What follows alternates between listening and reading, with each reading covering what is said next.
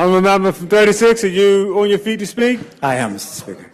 The honourable member, Mr. Scott, you have the floor. Thank you, Mr. Speaker. Mr. Speaker, so we are engaged in the Municipalities Reform Bill. It has as its purpose and in its explanatory memorandum. This bill is to abolish municipal elections, provide the appointment of members of the corporation to make consequential amendments to the 1923 Act. It will abolish elections, and they are to be replaced, Mr. Speaker, by selection and appointment of members, apart from the references in to persons in Clause 5. How is it, we ask, and Colonel Birch, the honourable and noble member, gallant member, has invited us to stay on message. How is it that, as we've been urged by the pilot of this bill, the Minister and Deputy Premier, how is it that the abolishing of elections can be conflated with removing the commitment of the government to St. George's, the old town? How is it that it can be conflated as all members of the opposition, from the Honourable Member Mr. Richards, Mrs. Richards and Simons, and then Mrs. Gordon-Pamplin, have created these conflated arguments of accessing revenue is the aim of the government, accessing the Hamilton port is the aim of the government, and the waterfront, said Mr. Simons, and this remarkable theory by Ms. Gordon-Pamplin that this is a comparison and an equivalence with the land grab of Tuckerstown from black Bermudians in the 50s. So how is this conflated? How is this conflated? It reveals two things. So when Mr. Richards stood up and began to speak, the tone of his speech revealed much. It was low-pulsed, low-toned, and unconvincing. Lethargic. It was. So the two parties are arrayed. I thought this was meant to be a big bust-up debate with all of the heat that was in the ink wasted in newspapers and all of the pronouncements by Mr. Gosling and the worry on the part of my colleagues, the members for 1 and 2. It concerned them. But I'm grateful for the prism provided by Mrs. Ming. And I'm grateful for the prism provided by Kim Swan. The message was change is needed. Now, you know, it's sometimes not good to start your speech in reaction to the speech of other members from the other side. But I heard Ms. Gordon-Pamplin lament that this is a reversal of history, and what is being aimed at is the consolidation of the town of Hamilton's, the city of Hamilton's assets into the consolidated fund. That was her thesis. All driven and drivel to make a bad case. The case of the opposition has been low grade, and it has been false, and it has been unconvincing. But, you know, when Ms. Gordon-Pamplin said that the idea was to consolidate these assets back to the consolidated fund, a piece of history, and I was grateful to the Minister of Tourism for the history he gave. In 1815, a great hue and cry was being created between St. George's and Hamilton when the city fathers asked the government, Mr. Speaker, asked the government to set aside 155 acres of land in this Pembroke parish for them, for merchants.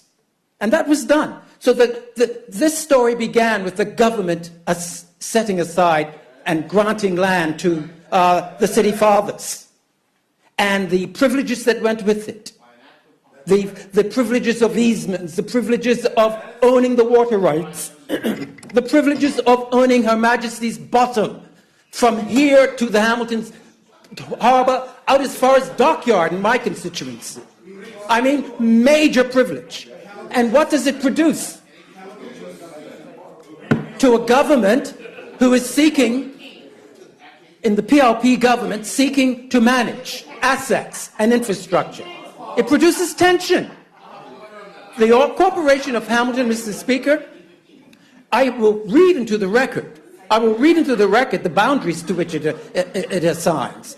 But the port of Hamilton, for example, I mean, it includes the port of Hamilton includes Her Majesty's Bottom. I mean, it goes from all the waters and wards of the shores, with your permission, Mr. Speaker, in Hamilton Harbour, out to Granaway Deep, the Little Sound, the Great Sound, Grassy Bay, North Side, and as far as an imaginary straight line drawn from Ireland Point to Crow Point. So, I mean, the waters, the jurisdictional issues are important here. So when Minister Birch, Colonel Birch, the honourable and gallant member, are now with having responsibility for just trying to get refuse moved off of our streets, approaches this entity, this mighty entity created in 1815, with all the powers and privileges and rights that were assigned to it, and says, may I use your refuse truck for a moment? And all they do is throw their weight around and say no. I think I understood the honourable and gallant member's complaint there. This is what the issue is. Look, what is a city for? Think of Michael Bloomberg's New York. What happens there? It's a place for commerce. It's a place where the people of that city make money. And the people in it, as the Honourable Tourism Minister said, are not deprived because of their slavery past or poor democracies of property votes and land votes that give you 2 votes. I mean, we're meant, Madam Renee Ming and Mr. Swan, we're meant to see, when you ask, and when you meet with Mayor Francis, and try and struggle to come up with ideas for revenue, you need to reach those conclusions. And that's what the government wants to achieve in this case. It is meant to be a place where revenue is generated, and you're not struggling. But whenever you make change, or whenever you set out to make change, there's resistance. Charles Gosling, the mayor of this city, is resisting big time. Again. And why do you think that is? Why do you think that is? Because his only model, listen, an 1815 model is now had its purpose, achieved its function. After all, the government of the day gave 155 acres, Mr. Speaker, and half of the waters that go as far as Dockyard. It gave the ports. And I don't want to say gave, because it was set aside. I'm still trying to figure out the real legality. I heard Mr. De Silva, the minister, say that it's been put in trust. If there's fear that we're going to grab the land, that means that the corporation has it. I take it. So what's the fear? What's the fear? If you own it, then you have it. And we can't commit illegal acts of taking it away from you, if indeed you own it. But remember how it began. It began as crown lands. That's the history. And all that's left today, it began as crown lands in 1815, so that there could be established a city. And I began to say about the controversy, honourable member from Kisich. People of St. George's in 1815, up and 1819 when it actually took place, were angry. They did not want the city seat to move from St. George's to Hamilton. Oh, but the city fathers, the merchants up here, called them. They said it's coming up here. So this disquiet today in 2019, it pales in insignificance to the level of anger that are pertained in 1819. I'm telling you, that wasn't a good day. But the model is now outmoded. All of the privileges are still in place. All of the hegemony of the mayor's parlour is still in place, and it is misplaced, and it is misused, and it is misapplied. And thank goodness the PLP, the administration of the future, is engaged successfully against the party across the way, the ministry of the party and administrations of the past. And God, we're beginning to act and act anew. As our case is new, so we must act anew. There is no question about these matters that The message is change is required. Better models are required. The objectives of the City Fathers of 1815 have been accomplished. It's almost biblical. They've been accomplished. And nothing else, and they keep hearkening back to these old forms and precedents. That's all they've got going in their quiver. It's the reason why we've seen such disaster. And sewage into going not where it should go, and poor elections that left. When Mayor Otterbridge came in with his team, I mean, they actually came in recognizing and being purveyors of the debate we're having tonight. They said things need to change. Things are really, the city is not growing. But back to, and I wish to hold the argument for St. George's. Revenue drivers, growth, opportunities for descendants of slaves and descendants of the city fathers of that, white city fathers of that place need to be aligned better, as they must be in the city of Hamilton. Better aligned, better alignment. Why on earth is anybody jumping up and complaining about these alignments today, in this country, in this world? Why? It is remarkable. You are carrying the water of a past modality. That makes no sense. After all, it was 1815 that it was established. It's over as a modality. The city's been established. All the streets have been established. It's over as a model.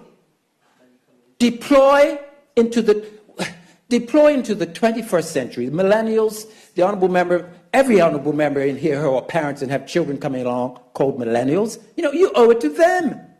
You owe it to them to ease up and let this thing go. So stop carrying the water of those who would live in the past. I mean, these weak arguments, this feckless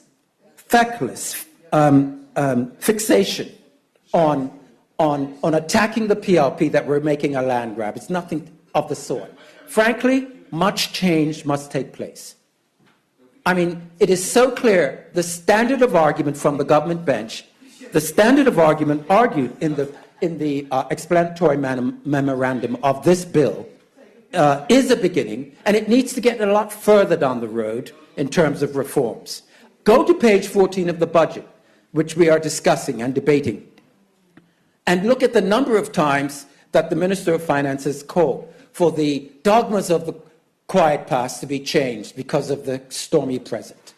It mentions reforms in 5 or 6 times. This should be added to the list, municipal reform.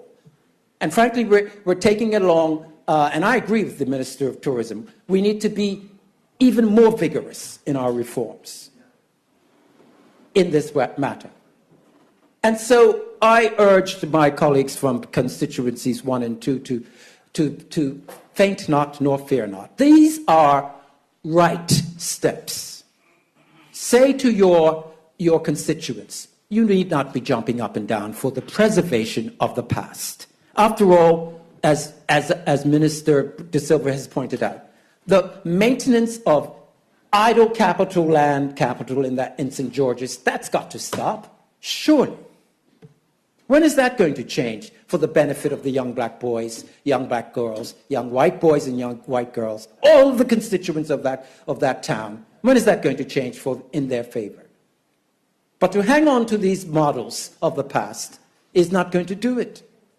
And members opposite ought to be embarrassed to have been carrying any other message or defending these positions of the past with these feckless arguments that seek to conflate a negative story about the PLP that we're out to land grab. Those are not even your thoughts. Those are not even your ideas. I know they're not.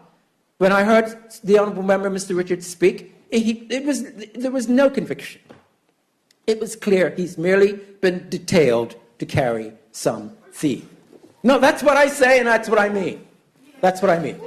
And as a matter of logic, Point of order, Mr. Speaker. The honourable member is imputing improper motive. There is no way. I think the honourable member needs to withdraw that comment. Nobody sends us to carry any message.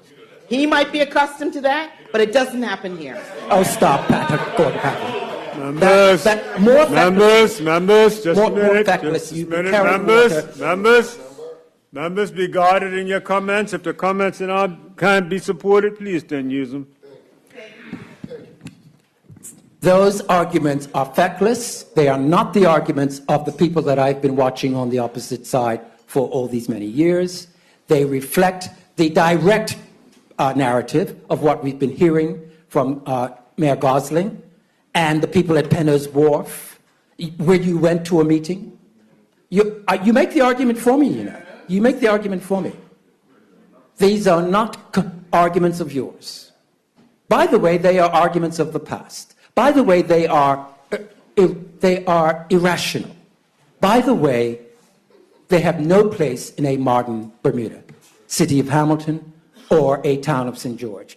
There are many things that have to be done, and we are on the right course with this bill to accomplishing them. Change is where we should be with this bill. A modern, thriving, growing city or town of St. George should be the aspiration and aims for both the leadership and policymakers of St. George's and the city of Hamilton and your children of those cities and that town. To do anything less would be to sell our people, sell yourselves as well, short. The amount of influence that the city of Hamilton has as a direct consequence of the area of the municipality, if you just look at any map, from King Street up to all of Front Street, the wharf, the port of Hamilton, it is immense. And they don't know how to manage it themselves. I've heard the honourable member who took her seat just before I stood was saying that that there is a requirement that there are effective managers of this asset. What has been clear up until after the city fathers of 1815 got there, they moved things along for the period and relevant period of that agenda. But the modern management of the two municipalities has suffered. And we've all watched it. And it is so disingenuous of members of the opposite side to attribute anything other than poorly managed of these important assets. This city is capable of revenues that are both vital and immense. And they should be used in a way to ensure that they're even doubled and tripled or quadrupled. It can be done. And it's not going to happen with the current Paula aldermen and councillors there on Nellie's Walk. And it's already been admitted to by the members of constituency 1 and 2 that it is a daily struggle or a yearly struggle for them to come up with the right model. So take on some help. Take on collective visions of not just the few, but the many, Mr. Speaker.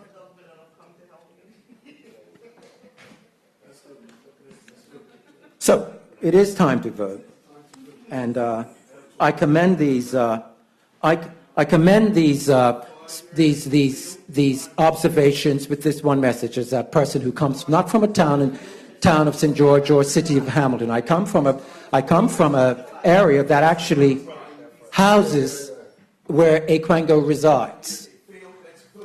It comes from a place where where a Quango resides. And I know there even, and I live under no illusion, that the tension between a government and even a Quango is not always the best. It is not always the best. But the tensions between these municipalities and the government have been appalling in terms of getting things done. So let us not be under any illusion that, Mr. Speaker, I'm not able to hear myself by Mrs. Gordon Pamplin's burbling. Just speak to the chair. Speak to the chair. I'm trying to. Speak to the chair. Members. So, evidence has been already given, though. There's already been testimony in this House of the success that takes place at King's Wharf and a Heritage Wharf, with the fleets that come in the thousands by the cruise liners. More needs to be done to ensure that that model is even improved upon whenever we use Quangos, because I've been watching that Quango as well. It is a much better model, Mr. Speaker and Colonel Birch. It is a much better model, and I know that you know as much about this as anyone, than this ancient, outdated model of this government within a government that exists with the Corporation of Hamilton thrashing around with its supposed powers when it really doesn't have any. This must come to an end. This bill brings this to an end, and this bill produces the foundation on which we can build a much brighter revenue-driving growth area for both the town of St. George and the city. Thank you. Thank you, honourable member.